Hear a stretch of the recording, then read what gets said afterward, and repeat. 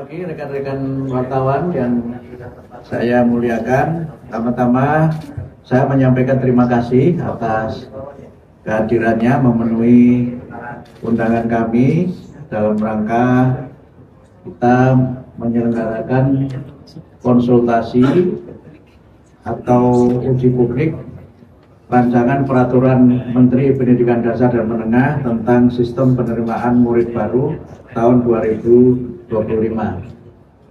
Pertama, kami sampaikan bahwa uji publik atau konsultasi publik ini adalah bagian dari upaya kami memenuhi undang-undang tentang penyusunan suatu peraturan yang menyangkut hajat hidup masyarakat, yang salah satu tahapannya selain kajian akademik dan juga masukan-masukan dari berbagai pihak serta kajian atas penelitian mengenai pelaksanaan program yang sudah berjalan, juga draft ini perlu mendapatkan masukan dari berbagai kalangan. Yang kedua, kami sampaikan bahwa yang kita undang pada acara ini meliputi paling tidak 5 atau 6 unsur. Yang pertama dari unsur pemerintah. Dalam hal ini kami mengundang kementerian-kementerian terkait dari Kementerian Dalam Negeri, Kementerian Agama, Kementerian Sosial, kemudian juga Kemenko PMK, dan juga dari Ombudsman yang selama ini juga telah memberikan masukan dan juga memberikan catatan terhadap sistem penerimaan peserta didik baru yang sebelumnya sudah diberlakukan. Kemudian yang kedua adalah para kepala dinas pendidikan, baik provinsi maupun kabupaten kota, yang kami pilih berdasarkan pertimbangan menyangkut kondisi geografis masing-masing daerah, juga perkembangan sekolah di daerah-daerah tersebut, termasuk juga pertimbangan misalnya kedekatan wilayah antara satu daerah dengan yang lainnya. Karena ini juga nanti berkaitan dengan bagaimana kebijakan ini kami ambil untuk daerah-daerah dan provinsi yang berdekatan secara geografis. Kemudian yang ketiga adalah unsur dari para penyelenggara pendidikan masyarakat atau kita sebut dengan swasta. Kami juga hadirkan pada kesempatan ini. Kemudian juga para pengguna, dalam hal ini adalah kepala-kepala sekolah baik negeri maupun swasta, dan juga kami undang para pakar, para peneliti, dan juga rekan-rekan dari media yang menjadi bagian dari penyelenggaraan acara ini. Kemudian kami harapkan setelah pertemuan ini ada masukan-masukan yang dapat menjadi penyempurnaan rancangan peraturan Menteri Pendidikan Dasar dan Menengah tentang sistem penerimaan murid baru tahun 2025. Kami sampaikan bahwa rancangan ini sudah kami sampaikan kepada Bapak Presiden dan beliau menyatakan setuju dengan substansi dari usulan kami. Kami sudah membahas juga dengan sudah kami sampaikan kepada Menteri Sekretaris Negara, dan juga sudah kami bahas tadi pagi sebelum saya ke sini dengan Menko PMK, dan intinya secara substansi juga sudah disetujui. Insya Allah besok pagi jam 7 kami akan bertemu dengan Menteri Dalam Negeri untuk membicarakan bagaimana dukungan dari Kementerian Dalam Negeri, khususnya pemerintah provinsi, kabupaten, dan kota, agar sistem penerimaan murid baru tahun 2025 dapat berjalan dengan sebaik-baiknya. Kami kira itu dapat kami sampaikan. Kami juga berterima kasih kepada tim. Mungkin di sini ada wajah-wajah lama dan wajah-wajah baru, saya kira, yang di ujung ini Pak Irjen, yang nanti akan mengawasi banyak hal menyangkut pelaksanaan. Kemudian yang pakai merah ini Pak Dirjen Vokasi dan Pendidikan Khusus dan Layanan Khusus. Kemudian ini Ibu Kepala Biro Hukum. Kalau yang paling tinggi ini Bu Sekjen yang tidak asing lagi, sudah terkenal sejak dahulu kala. Pak Gogot ini adalah Dirjen PAUD Dasman, kemudian staf ahli bidang regulasi dan kerjasama antar lembaga, serta ini sudah tidak lagi PLH sekarang, sudah menjadi Kepala Biro Komunikasi dan Humas. Sebelumnya PLH, jadi dulu gajinya tiap hari. Lagi PLH sudah definitif sudah kita lantik. Saya kira demikian. Terima kasih. Silakan kalau ada pertanyaan singkat karena saya ada meeting lagi setelah ini. Monggo. Cukup ya? Monggo silakan. Pak, izin bertanya, kan ini terkait jalur dari alias reporternya Kumparan, Prof, izin bertanya terkait jalur penerimaan murid baru dalam SPMB ini kan masih ada jalur domisili. Nah, itu sistemnya bagaimana? Lalu terkait penerimaan mutasi juga itu sistemnya bagaimana? Ya, itu nanti kalau dibaca di draftnya akan jelas sekali. Jadi intinya begini. Ini yang kenapa kami ganti nama itu karena selama ini muncul pemahaman yang kurang tepat karena dianggap penerimaan itu hanya zonasi.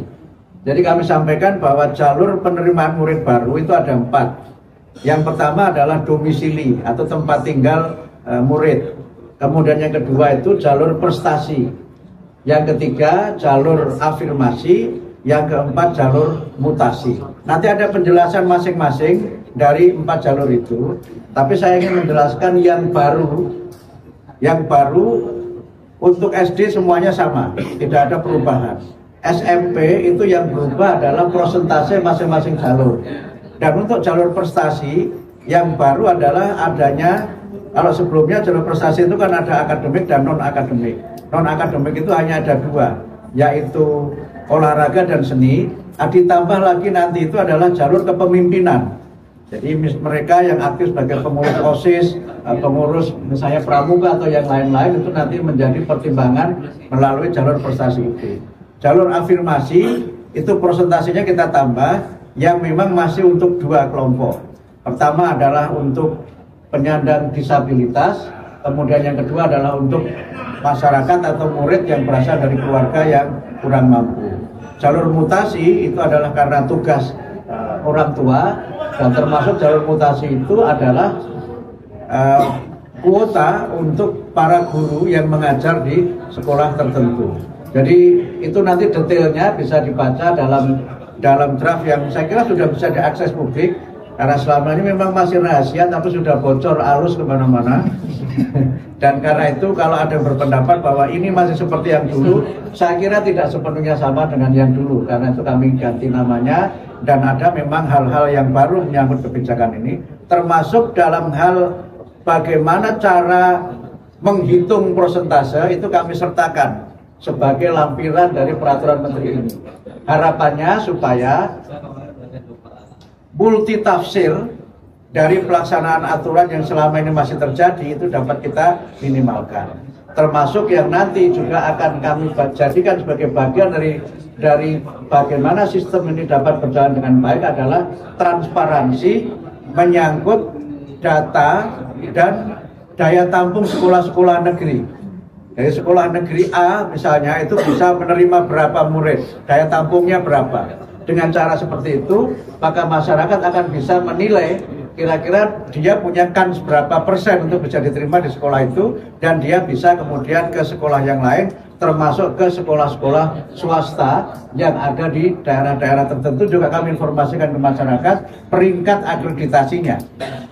Nah, ini yang mungkin agak berbeda dan ini menjadi bagian dari transparansi dan akuntabilitas informasi bagi masyarakat. Saya kira begitu ya, Pak. Cukup ya.